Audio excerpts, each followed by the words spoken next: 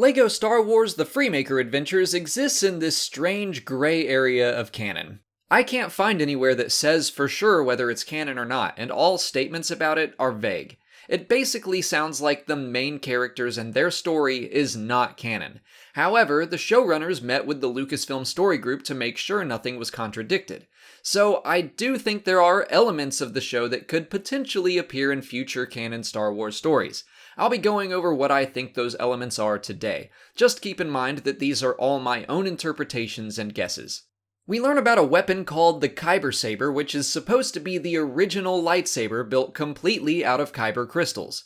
While I don't think that exact description is correct, the Star Wars VR experience, Secrets of the Empire, has its own take on an ancient lightsaber, which also features physical blades. It's possible we're seeing different interpretations of the same thing.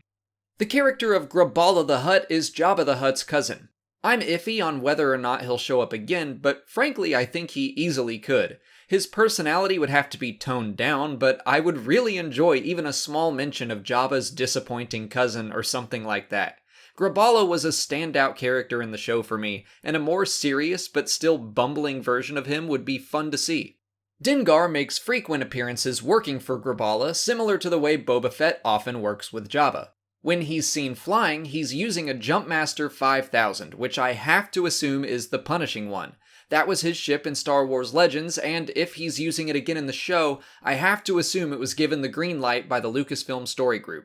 One episode features Hondo Ohnaka at Maz's castle on Takodana. We already knew, thanks to Battlefront 2, that they had some sort of relationship, but this show takes place in between episodes 5 and 6. So I think we can expect that Hondo is still alive at this point in the timeline.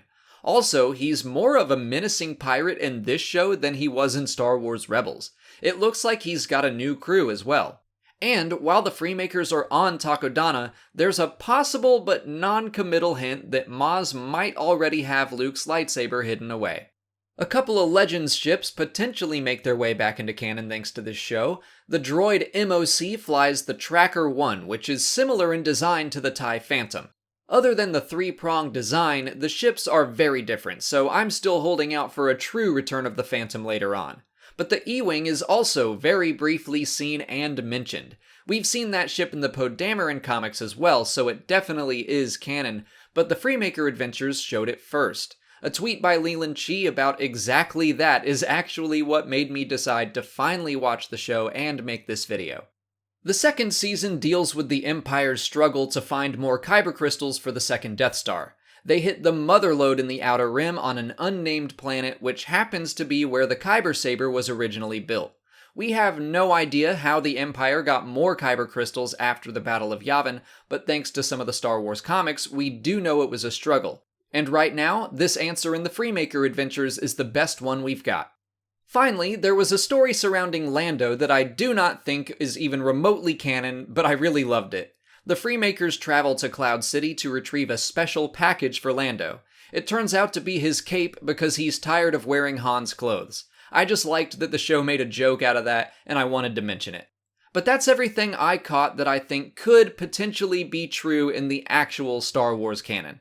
If you watched the show and you think there might be more, feel free to leave your ideas in the comments. If you haven't already, please like this video, subscribe to the channel, follow me on Twitter, Instagram, and Facebook, and consider checking out my Patreon page. As always, thanks for watching, and may the Force be with you.